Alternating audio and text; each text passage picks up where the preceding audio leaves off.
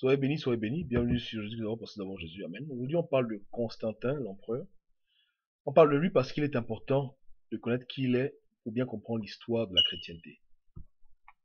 Comme j'ai souvent dit, pour comprendre où est-ce qu'on en est aujourd'hui, il est important d'avoir une connaissance de l'histoire, des points clés historiques, pour mieux saisir la dimension de la Christosphère de nos jours. Constantin a été un empereur romain. Il est né environ 250 ans après Jésus-Christ, 270 ans. Et c'était le premier empereur chrétien, entre parenthèses, parce que on verra dans cette vidéo que je remets en question sa chrétienté. Et aussi, je remets en question le fait, comme beaucoup de gens le disent, que Jésus lui est apparu ou qu'il ait eu une vision de Jésus. Ouais. Constantin vit à une époque où il y a beaucoup de conflits. Il y a beaucoup de guerres, en effet. Et la légende raconte qu'un jour, lorsqu'il s'avançait dans une de ces croisades de guerre, Constantin vit dans le ciel un symbole qu'il a attribué à Jésus-Christ. Et en remportant la guerre, bien entendu, Constantin a pensé que les guerres, les batailles qu'il a remportées étaient grâce à l'aide du Dieu chrétien. Et voilà comment Constantin décide de faire de Jésus-Christ la religion de l'Empire romain. Comprenez. Maintenant, aujourd'hui, on parlera juste de sa vision qu'il a eue. Parce que franchement, pour ma part, hein, je sais que ça a choqué beaucoup de gens, désolé. Mais pour ma part, je pense vraiment que ce n'est pas Jésus-Christ qui a envoyé à Constantin ce signe, mais plutôt Satan. Parce que lorsqu'on voit un peu la dynamique spirituelle, on se rend compte qu'avant Constantin, pendant environ 2 siècles, les chrétiens furent vraiment persécutés. Je ne parle pas des persécutions mentales que beaucoup de gens pensent qu'ils sont persécutés sur YouTube, ou même dans les fausses églises. Je parle de vraies persécutions, où des hommes et des femmes et des enfants étaient jetés dans des arènes avec des lions, dévorés en public, torturés, égorgés, brûlés vifs à cause de leur foi en Jésus-Christ. Mais après l'ère de Constantin, on se rend compte que les chrétiens ne sont plus persécutés. Au contraire, la religion qui jadis était méprisée est devenue la religion de l'État. Donc, Satan a utilisé la tactique que j'appelle « si je ne peux pas les détruire, je dois les corrompre ». En effet, lorsque le diable se rend compte qu'il a du mal à éliminer un groupe de personnes, qu'est-ce que le diable fait? Au lieu de les tuer physiquement ou de vouloir les supprimer tous, Satan va les corrompre. Il va chercher à les corrompre. Et une fois qu'il les a corrompus, Satan n'a plus besoin de les persécuter comme il les persécutait à l'époque. Aujourd'hui, en 2014, sur toute la surface de l'Europe, il n'y a pas un seul être humain qui est mis à mort en plein jour parce qu'il croit en Jésus-Christ de Nazareth selon la religion chrétienne. Il n'y a pas. Les seuls endroits sur terre où les chrétiens sont plus ou moins tués, décapités, c'est dans les endroits islamistes, dans des coins arabes, dans des pays du Maghreb, etc. Amen. Mais dans l'Europe, même en Amérique, il n'y a pas un seul chrétien qui se fait tuer parce qu'il croit en Jésus. S'il y en a un, donnez-moi le nom, et puis j'enlève la vidéo. Mais il n'y en a pas. Il n'y en a pas. Mais lorsqu'on repart en arrière, et qu'on arrive à l'époque de l'Empire romain, avant Constantin, les chrétiens étaient vraiment tués, mis à mort, décapités, brûlés. C'était horrible, horrible, horrible, horrible, lapidé, horrible. Non mais qu'est-ce qui s'est passé? Le diable a utilisé Constantin pour corrompre l'Église, pour enlever le sel de l'Église et rendre les chrétiens inoffensifs, pour les anesthésier. Vous comprenez? C'était une des manœuvres de Satan. Et cela a réussi. Cela a réussi. Parce qu'une fois que la chrétienté est devenue la religion de l'État, après lorsque les barbares sont venus à Rome, les barbares eux-mêmes se sont convertis à Christ, non pas à la manière de Christ, mais à la manière de la religion. La chrétienté a été créée. Et la vraie mission de Jésus-Christ et les vrais chrétiens ont commencé à disparaître. Ils ont commencé à disparaître, à être repoussés, reculés, etc. Jusqu'à ce qu'aujourd'hui, maintenant, 2014, on retrouve encore les vestiges, on voit encore les dégâts de Constantin et de tous les bishops du conseil de Nicée et de tous les bishops du conseil de Carthage, de ces gens-là qui se sont assis et qui ont créé la chrétienté. Alors, qu'est-ce que j'entends par chrétienté? Christ est le sauveur. Christ est le chemin. Mais l'homme, lorsqu'il veut interférer avec la mission de Christ, crée des dégâts. Une des doctrines les plus diaboliques qui prend racine à la conversion de Constantin, c'est la doctrine de sola scriptura. En fait, si Constantin n'avait pas réuni tous les bishops et que les chrétiens s'étaient réunis, entre parenthèses, pour devenir corrompus sous l'empire du royaume, s'il n'y a pas eu cette corruption, hein, jusqu'au point d'accepter que l'empereur était chrétien alors qu'il n'était pas chrétien, et cette manigance religieuse, aujourd'hui, les chrétiens auraient été toujours dans la bonne mission du Seigneur Jésus-Christ. Ils ne se seraient pas fait corrompre par la politique. Lorsque la politique est rentrée dans le corps du Christ, elle n'a apporté que corruption. Corruption, corruption, corruption. Et voilà comment ils ont commencé à eux-mêmes persécuter les gens qui n'étaient pas d'accord de leurs opinions. Ils ont persécuté Arius, bien que j'estime que ce qu'ils disaient étaient des hérésies, mais de là maintenant à faire ce qu'ils ont fait à ceux qui croyaient en ce qu'ils disaient, c'était un peu exagéré. On voit la marque du diable. Jésus n'agit pas comme ça. L'église catholique romaine a pris de l'ampleur. Et vous connaissez tous l'inquisition espagnole, et tout ce qu'ils ont fait comme dégâts. Et voilà le bilan. Ensuite, les protestants se lèvent, ils protestent. Qu'est-ce qu'ils font? Eux aussi, au lieu de changer de direction, ils font leur protestation par rapport aux catholiques romains, et c'est parti pour le désordre. Et c'est de là maintenant, sola scriptura vient, s'établit et crée des dégâts dans le corps du Christ. Chrétiens, si je parle aujourd'hui de Constantin et du fait que Satan l'a utilisé, parce que je vais vous dire aujourd'hui que c'est Satan qui a créé la religion. La religion établie, la chrétienté ne vient pas de Jésus, elle vient du diable. Satan a créé sa religion et a délimité sa religion de ses règles. Premièrement, il a établi un livre comme étant l'autorité suprême et non pas Jésus.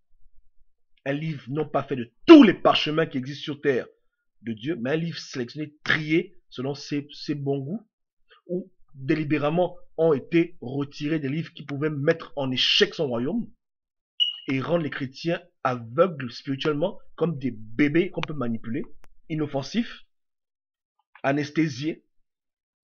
Troisièmement, il établit à l'époque une église qu'il contrôlait d'une main de fer, l'église catholique romaine, et même quand les protestants sont rebellés, ont fait leur protestation, Satan est encore parti vers eux pour encore leur inculquer sur la scriptura, et c'est devenu le chaos total. Voilà pourquoi aujourd'hui le diable ne persécute pas les chrétiens. Tout ce qu'ils disent, oh, le diable persécute, c'est dans leur tête que le diable persécute, c'est les persécutions mentales. Oh voilà, je n'ai pas de travail, je n'ai pas d'argent, c'est pas ça les persécutions. C'est pas ça les persécutions. Les gens pleurent pour les bêtises, les vraies persécutions on les connaît. Il n'y en a presque plus. Mais, lorsque un enfant de Dieu prêche la vérité, alors là, il sera persécuté. En dépit du fait que Satan ait utilisé Constantin et l'église romaine de l'époque pour créer sa religion, avec ses règles, tant bien que mal, Dieu s'est toujours arrangé à ce qu'il y ait toujours des chrétiens, des vrais enfants de Dieu qui persistent de par les siècles. Et qui ont compris que Jésus-Christ et seul Jésus-Christ est le chemin. Et que c'est vers lui qu'on se tourne pour la vérité. Parce que l'esprit de vérité, on en a besoin quand il y a trop de mensonges. Et il y a eu beaucoup de mensonges. Vous comprenez? Le jour où, vous qui m'écoutez, vous allez prendre conscience de ce que Christ a réellement voulu que vous fassiez, que j'explique dans mes vidéos, le jour où vous allez prendre conscience vraiment du vrai combat qui se livre et de la distraction de Satan, Satan va recommencer à tuer les gens. Ceux qui se diront être enfants de Dieu seront vraiment tués et persécutés. Pourquoi? Parce qu'ils vont toucher et mettre en échec ses plans. Vous comprenez? Par révélation, j'ai compris que la sorcellerie, Jésus-Christ en a beaucoup parlé. Mais cela a été délibérément retiré des Bibles, des textes qu'on a, entre parenthèses. Jésus-Christ a dénoncé l'occultisme des pharisiens, mais cela a été soigneusement édité. Jésus a dénoncé l'empire des ténèbres. Il a décortiqué ce que le diable fait. Il a exposé la supercherie de Satan. Aujourd'hui, les chrétiens ne sont pas au courant de ça, et d'autres qui le savent un peu sont morts. Voilà. Jésus a parlé des sacrifices humains. Jésus a parlé des holocaustes que les sorciers faisaient à l'époque. Il a dénoncé l'empire du diable. Qu'est-ce que le diable fait? Le diable et ses enfants ont trié les livres qui pouvaient les mettre en échec. Et ils ont fait tout pour rendre les chrétiens théologiens, empêcher que les chrétiens puissent avoir accès à la révélation du Dieu vivant, mais se banaliser et canaliser dans leur religion. Leur religion où on les dicte ce qu'ils doivent penser, on les dicte ce qu'ils doivent faire, et ils n'ont aucun accès à Dieu pour vérifier si ce qu'on leur dit vient véritablement de Dieu. D'autres même vont même jusqu'à même idolâtriser les livres. Les gens deviennent idolâtres de la Bible. Dieu ne peut plus leur parler. Amen. Et ils assument que la Bible est vraie parce qu'on leur dit que c'est vrai. Ils n'ont jamais pris la peine même de demander à Dieu, Seigneur, qu'est-ce qu'il en est? Pourquoi? Parce que Dieu n'est pas dans leur cœur Dieu. Jésus-Christ n'est pas l'autorité suprême dans leur vie. Leur autorité suprême, c'est leur pasteur, c'est leur Bible, c'est leur église, c'est leurs amis. Voilà leur autorité suprême, leur lecture. Ils se créent eux-mêmes leur propre concept. Mais personne ne prend la peine de tout rebâtir en Christ et de remettre tout à zéro et de recommencer à bâtir tout avec le Seigneur par sa divine révélation. Amen. Donc, on lira son histoire, parce que l'histoire du considère est très longue. C'est très très long tout ce qu'il a fait. On reviendra dessus, c'est juste l'introduction. Et pour vous dire que, posez-vous des questions. Demandez-vous, Satan a-t-il changé? Satan nous aime-t-il plus? Pourquoi de nos jours les chrétiens ne sont plus persécutés? Qu'est-ce qui se passe? Pourtant ils ont une Bible, hein? Ils ont une grosse Bible en main, ils la lisent. Qu'est-ce qui passe? Qu'est-ce qui se passe? Pourquoi c'est ainsi? Pourquoi? Pourquoi c'est ainsi? Posez-vous la question. Satan n'est pas devenu plus doux, parce que les chrétiens ne sont plus une menace pour lui. Satan rit des bibliques. Je suis même sûr que lorsque les bibliques font leur étude biblique, Satan vient s'asseoir avec eux, et puis il lit aussi sa Bible. Ils sont ensemble. Satan aussi étudie la Bible, hein? Satan a une Bible. Donc, il n'y a pas de problème. Mais qu'est-ce qui se passe? Qu'est-ce qui se passe? Il y a des éléments clés. Clés. Petite anecdote. Un frère en Christ est parti chez un oncle passer les vacances. Et l'oncle se disait être chrétien. Et il était dans une église que je ne citerai pas, c'est pas important, mais il était dans une église où il était très religieux. Amen. Mais lorsque mon pote est parti passer les vacances chez son oncle, et que en esprit, Dieu a révélé à mon pote que son oncle faisait de l'occultisme et faisait du mal aux gens, dès que mon pote a commencé à prier pour que le mal que son oncle faisait cesse sur la vie des autres, parce que ceux qui n'ont pas Jésus-Christ sont victimes de sorcellerie, les sorciers s'amusent avec eux, automatiquement, le jour qui suivait, son oncle a commencé à le menacer. D'abord sournoisement, et ensuite publiquement, que arrête de faire ce que tu fais. Mais cet homme-là avait passé plus de 30 ans dans son église. Il sévissait sans que personne ne se rende compte. Mais dès qu'on l'a mis à prier contre ce qu'il faisait, spirituellement, il a craqué, il a parlé, il a commencé à dire. Un peu comme quand Jésus est rentré dans le temple et que les démons ont commencé à se manifester. Les démons faisaient l'étude biblique là. Les démons faisaient l'étude biblique, ils étaient en train de lire la Bible. Ils lisaient la Torah avec les anciens. Mais dès que Jésus est arrivé, boum, la supercherie s'est arrêtée. Amen. Donc, c'est ce que le diable fait maintenant. Les démons sont à l'aise dans les églises. Ils sont à l'aise. Quand les démons viennent sur YouTube, là, ils mettent les vidéos, ils voient un gars qui parle de la Bible, voilà, ils sont ici, ils parlent. Mais dès que les gens arrivent là, ils disent, bon, la sorcellerie, il faut démasquer. Le mal, il faut prier contre. Là, les démons se fâchent. Non, la Bible est où? Dites-leur de lire la Bible. Parce que justement, le poteau rose est exposé. Amen.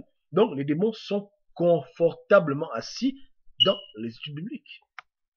Ils croisent les pieds, ils sont peinards, ils écoutent, ils lisent même. Les démons lisent la Bible, plus même que les chrétiens. Ils lisent, ils dévorent la parole, ils lisent, ils sont là, ils s'instruisent. Amen. Mais amen Jésus-Christ là. Amen la révélation. Amen le vrai Jésus. l'authentique, l'unique, le seul, le vrai, rend Jésus-Christ autorité, apporte la lumière. Oh, là, les gens vont pas aimer. Là, les démons vont se manifester. C'est ce qui se passe. C'est ce qui se passe. Donc, Satan a contourné les chrétiens, en majorité. Pas tous, il y a toujours des martyrs et tout. Mais la majorité des chrétiens, le diable les a égarés. Ils ont une grosse Bible sur leur chevet, mais Satan les manipule comme les enfants. Pourquoi? Parce qu'ils ne voient plus, ils n'entendent plus. Satan les a paralysés, il les a anesthésiés. Amen. Il leur a tendu un gros livre, il a dit tiens, tu lis, tu te tais. Et voilà. Maintenant, ils sont devenus les plus passifs. Satan fait ses 4 coups, il tue les enfants. On dit ah, la volonté de Dieu, Dieu connaît. Hein. Hey, alléluia. Dieu a ses plans. Voilà comment les chrétiens sont devenus des gens que le diable viole dans tous les sens, abuse et rabuse et abuse et rabuse et abuse et rabuse. Et il y aura toujours un théologien taré qui va toujours venir dire que voilà, Dieu a ses plans, Dieu a ses plans, toujours pour justifier le mal. C'est ce qu'ils font. Ils sont censés se réunir, ils disent bon, on doit faire du mal là. Tuons la sœur. Et quand on la tuera, toi tu viens, tu dis que c'est la volonté de Dieu. Voilà, voilà. C'est ce qu'ils font exactement. Les chrétiens à l'époque de Constantin, avant son époque du moins, créaient des dégâts à l'empire du diable. Les sorciers n'arrivaient pas à dormir. Quand un chrétien arrivait dans un quartier, il savait les prières qu'il devait faire. Il savait quelle était sa mission. Sa mission était d'apporter Christ et de détruire l'œuvre du diable comme il se doit. Mais depuis que les chrétiens sont venus à la théologie, le diable construit ses temples de sorcellerie partout. Les chrétiens sont là, ils passent, bonjour, ça va, alléluia, Dieu vous bénisse. Voilà, c'est devenu pisse. Satan n'est plus dérangé, Satan n'a plus peur, il n'a plus peur des chrétiens. Satan va à l'église, tout le dimanche. Et il va y s'asseoir. Donc le diable est content, parce qu'il voit que les chrétiens sont devenus passifs, on les a anesthésiés spirituellement, ils sont venus comme d'autres, ils sont là, il est content, il sévit. Il sévit. Tout mal qu'il fait, les gens disent que c'est Dieu qui a fait. Satan va tuer un bébé, on dit ah, c'est la volonté de Dieu. Satan viole ta mère, oh, la volonté de Dieu. Satan, ah, la volonté de Dieu. La Bible dit quoi? La Bible, voilà, il dit alléluia, lisez vos Bibles, lisez vos Bibles. Pendant ce temps, il sévit. C'est comme ça. Donc, frère en Christ, c'est dur, hein. C'est dur. N'oublions pas que ce sont les religieux qui ont tué Jésus. Ce sont les hommes qui aimaient lire la Bible. C'est eux qui ont tué Jésus. Amen. Non pas la Bible, du moins la Torah. C'est eux qui ont fait du mal à Jésus. Que Dieu vous bénisse.